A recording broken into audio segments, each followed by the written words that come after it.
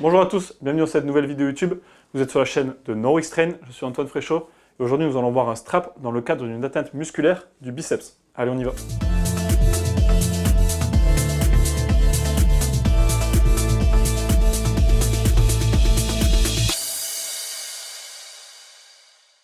On se retrouve donc pour réaliser un strapping dans le cadre d'une atteinte du biceps. Pour le réaliser, on va voir Thibaut en tant que patient qui peut rester assis comme ceci ou même allongé sur le dos avec le dossier de la table légèrement redressé. Pour le matériel, on va avoir besoin d'élastoplast de 8 cm, d'élastoplast de 6 cm et également d'une paire de ciseaux. On se retrouve donc pour le strapping d'une lésion du biceps. Donc on va essayer d'éviter toute extension du coude pour éviter l'étirement de la lésion. Donc on va demander à notre patient de rester en flexion s'il le peut. S'il ne peut pas, je vais mettre un coussin au niveau de sa cuisse pour que le bras repose dessus. Il reste en flexion et je vais éviter de mettre trop d'extension au niveau de l'épaule également car le biceps est un fléchisseur de l'épaule. Je réalise donc une première en base avec mon élastoplast de 6 cm au niveau de l'avant-bras. Toutes les embases n'ont pas de tension. On ne vient pas bloquer la circulation sanguine, ça va juste servir de base pour nos straps, pour nos bandes qui auront elles de la tension. Donc comme ceci.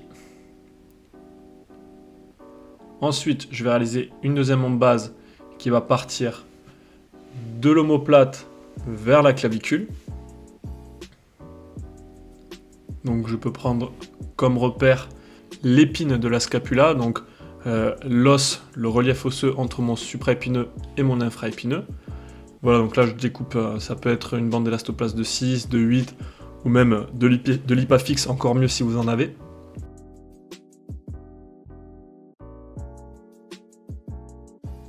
Pareil, hein, je ne mets pas de tension, je ne viens pas gêner au niveau du trapèze. Et après, si ça finit trop bas, je peux totalement venir couper. Comme ceci. Pour que ça finisse un petit peu en dessous de la clavicule. On n'a pas besoin que ça aille trop bas dans tous les cas. Et ensuite, je vais venir poser une bande donc, sur l'arrière de mon embase au niveau du trapèze. Et qui va finir sur mon avant-bras devant. Donc qui va venir limiter l'extension du coude. Donc là, je suis tout le trajet du biceps. Alors, donc le deltoïde antérieur, le tendon du biceps qui s'insère dans la glène de l'épaule, tout le corps du muscle du biceps, et forcément, vous allez voir qu'au niveau du pli du coude, le strap va se relever un peu, mais c'est parce qu'il y a de la tension, donc c'est tout à fait normal. Et dans tous les cas, après, on va avoir un strap en 8 au niveau du coude, qui va venir maintenir le coude en flexion et qui va passer au milieu, qui va venir plaquer la bande, donc il n'y a pas de problème. Et je vais réaliser 3 bandes comme ceci. Donc une bande qui va partir un peu plus en décalé en haut et qui va finir un peu plus en médial au niveau en bas de l'embase d'en bas. Et également une bande qui va finir plus haut au niveau du trapèze de mon embase haute et qui va finir plutôt en latéral au niveau de mon avant-bras. Donc là je fais celle en haut au niveau du trapèze qui crée une croix. Hop, comme ceci, et qui finit en latéral. Pareil, je viens couper l'excédent. J'essaie de coller au maximum. Je chauffe la colle. Pas grave là au niveau du pli du coude, s'il y a des tensions, ça va se relever forcément. Donc ça c'était ma première bande décalée. Et vous allez voir la deuxième bande décalée, vous allez vite comprendre. Voilà, comme j'ai montré, elle part un peu plus au niveau de l'omoplate inférieure. Et elle va venir croiser au niveau de l'avant-bras médial, plus proche du corps. Forcément ça croise, mais c'est pas des grandes croisées parce que sinon on finit plus du tout sur le biceps. Là je le mets bien en supination. Au niveau de l'avant-bras, je plaque ma bande. Hop.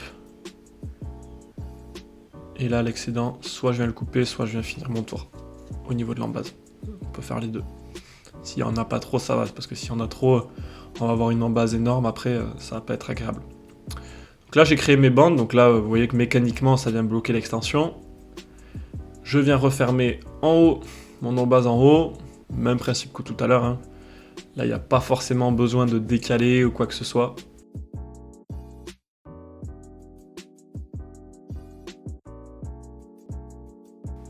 Ça peut être un strap qui est utile pendant l'activité physique, d'accord, mais c'est vrai qu'il y a très peu de sports où on a un coude qui va pouvoir rester en flexion sans aller en extension.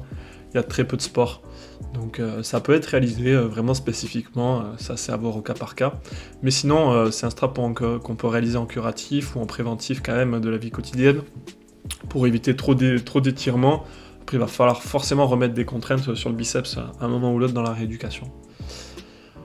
Ensuite, là, je vais faire ma bande entre guillemets en 8. Donc je pars au niveau du milieu du bras, biceps, je fais tout le tour. Une fois que j'ai commencé à croiser sur ma première bande, là je croise, comme on avait dit, à l'endroit où il y a un petit peu toutes les bandes qui se surélevées. Et je repasse au niveau de mon avant-bras, juste en dessous de ma première en base. Je fais un tour entier. Hop.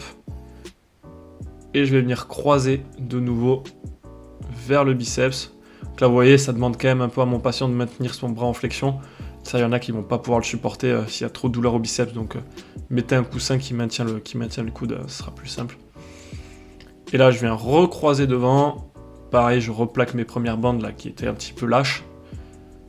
Et je viens faire le tour. Voilà, là, il n'y a pas de tension sur le tour du biceps. C'est pas du tout ce qu'on veut faire. On ne veut pas maintenir le biceps plus que ça. Et je finis par tout plaquer, tout comprimer. Donc là, normalement, l'athlète se sent vraiment maintenu. Mécaniquement, il ne peut pas aller plus en extension que ça. Donc ça, après, au niveau flexion, c'est vous qui voyez au cas par cas. Pareil, si on met beaucoup de flexion, un petit peu moins. Et là, on vient de tester. Donc là, on voit qu'il est juste limité à ce qu'il faut pour être dans la vie quotidienne à l'aise, à pouvoir faire des mouvements au niveau du sport, sans que ça soit trop gênant. Et là, je viens de tester en actif. Vous voyez, donc le strap est bloqué. Derrière le coude, ça gêne pas du tout. Généralement, s'il y a des bandes qui passent, c'est pas derrière le coude que c'est gênant. Ça va également limiter l'extension, là, comme il montre. Ce qui peut mettre des tensions sur le tendon du biceps qui s'insère dans la glène de l'épaule. On va vous montrer un petit peu tous les mouvements, on prend le temps là-dessus. Merci à tous d'avoir regardé cette vidéo YouTube. Je vous rappelle que le strap n'est pas un traitement en soi. Le patient doit être sevré petit à petit et une rééducation bien menée doit être réalisée à côté de cela.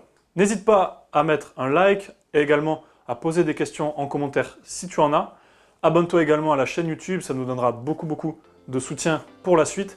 Également, tu peux t'abonner sur nos réseaux sociaux, Facebook, Instagram et LinkedIn et aller voir sur notre site web pour consulter nos articles www.neuroxtrain.com.